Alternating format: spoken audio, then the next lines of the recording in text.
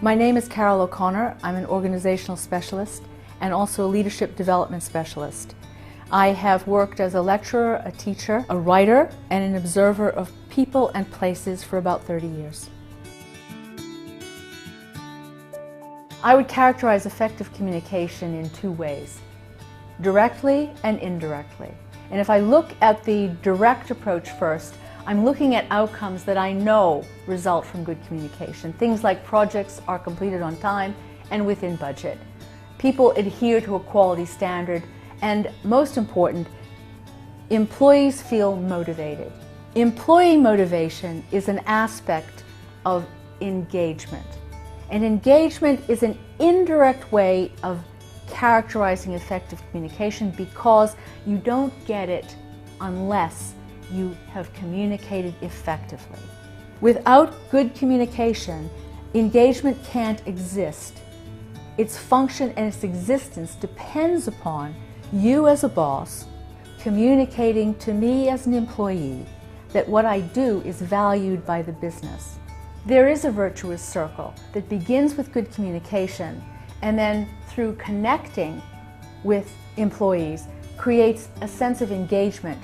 That results in greater profitability and greater productivity, which we can call growth. When we have increased growth, we have greater opportunity to improve communication and then improve connectivity, engagement, and further growth.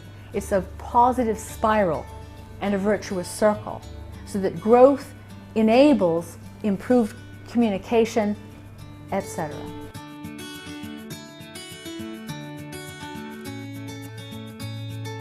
Effective communication is the same worldwide.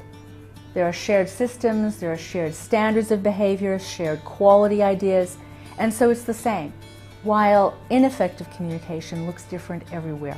If you want to find the causes, I would suggest that you look for the symptoms of malaise, symptoms of things that are going wrong and that are obviously going wrong. Things like you've lost an important client. People at the top of the organization are expressing disaffection and are thinking about leaving. You have a lawsuit, a major one. You have quality problems, you have deliveries that are going wrong, or you have services breaking down. And all of these are symptoms. And if you want to find the cause, choose a symptom. And then follow the trail until you find what caused this.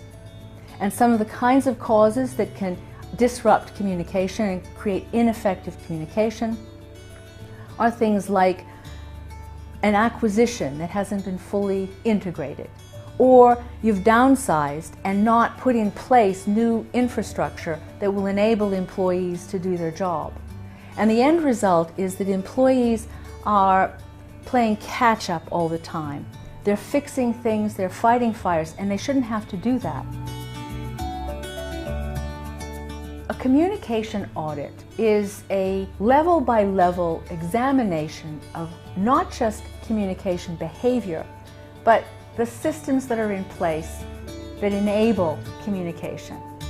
An audit would allow the top of the organization to know whether or not those at the bottom of the organization can reach them with information and feedback.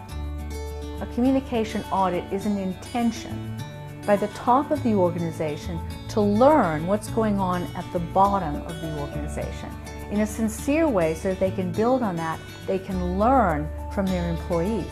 And the more our employees feel as though they are seen and heard and valued, then the more connected they will feel, the more engaged they will feel with the organization. And I really believe that.